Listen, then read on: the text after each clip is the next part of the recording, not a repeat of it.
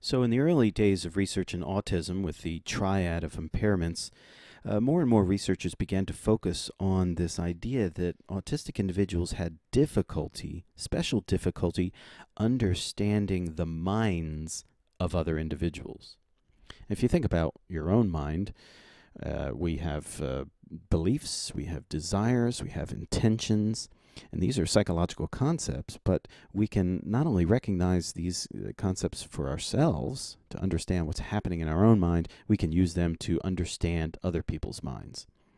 So if I believe that somebody has the desire to eat some ice cream, I can then predict that they'll walk over into the kitchen, to the refrigerator and get it, and so on.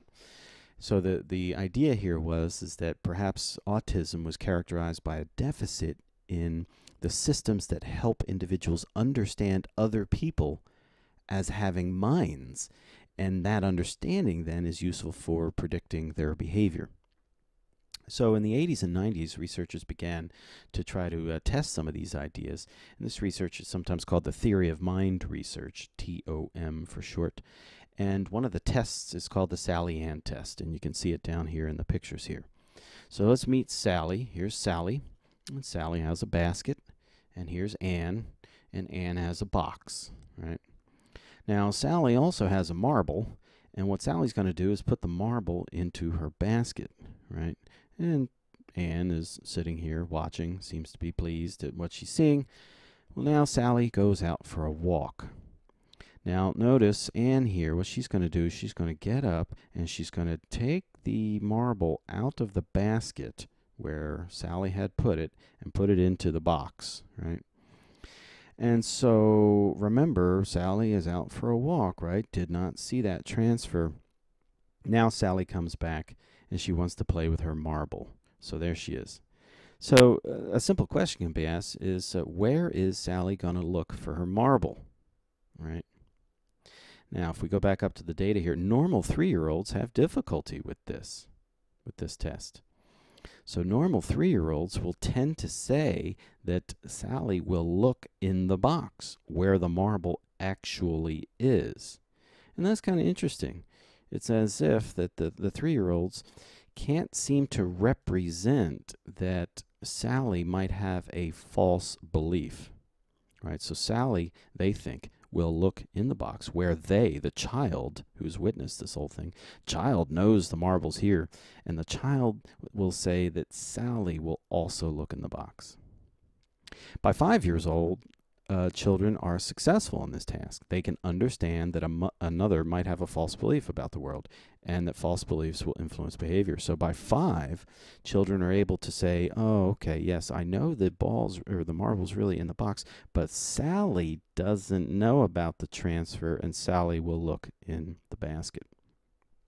So there's a normal developmental progression here where from 3 to 5, children begin to understand that people have minds, people have beliefs and about the world, and these beliefs in the mind of people will influence their behavior. And sometimes the beliefs can be false.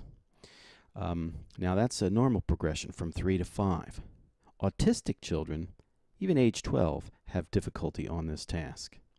Right? So this was early evidence that maybe autism is related to a deficit in understanding mental states like beliefs, and that beliefs might be false beliefs. They might not represent a true state of the world, and that false beliefs may help us understand. If we understand that somebody has a false belief, we can better predict their behavior.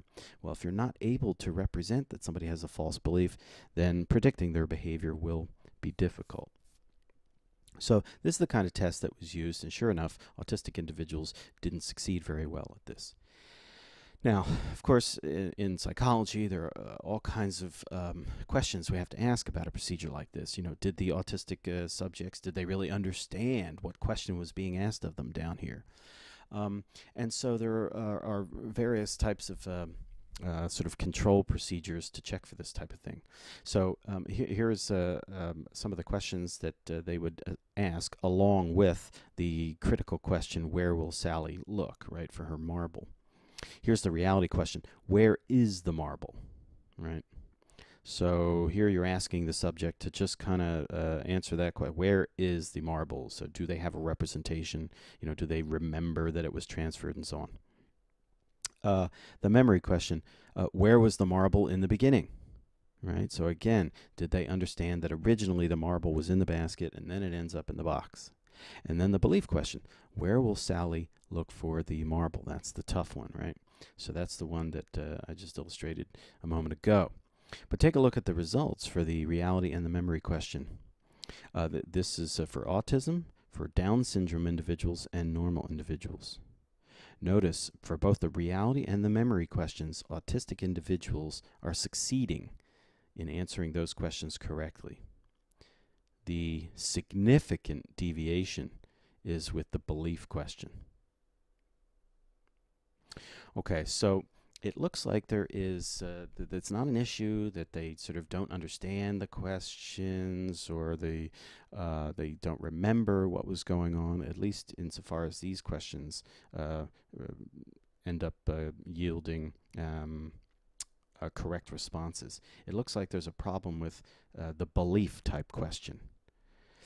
So, task comprehension, memory, it was argued, not responsible for the poor false belief performance.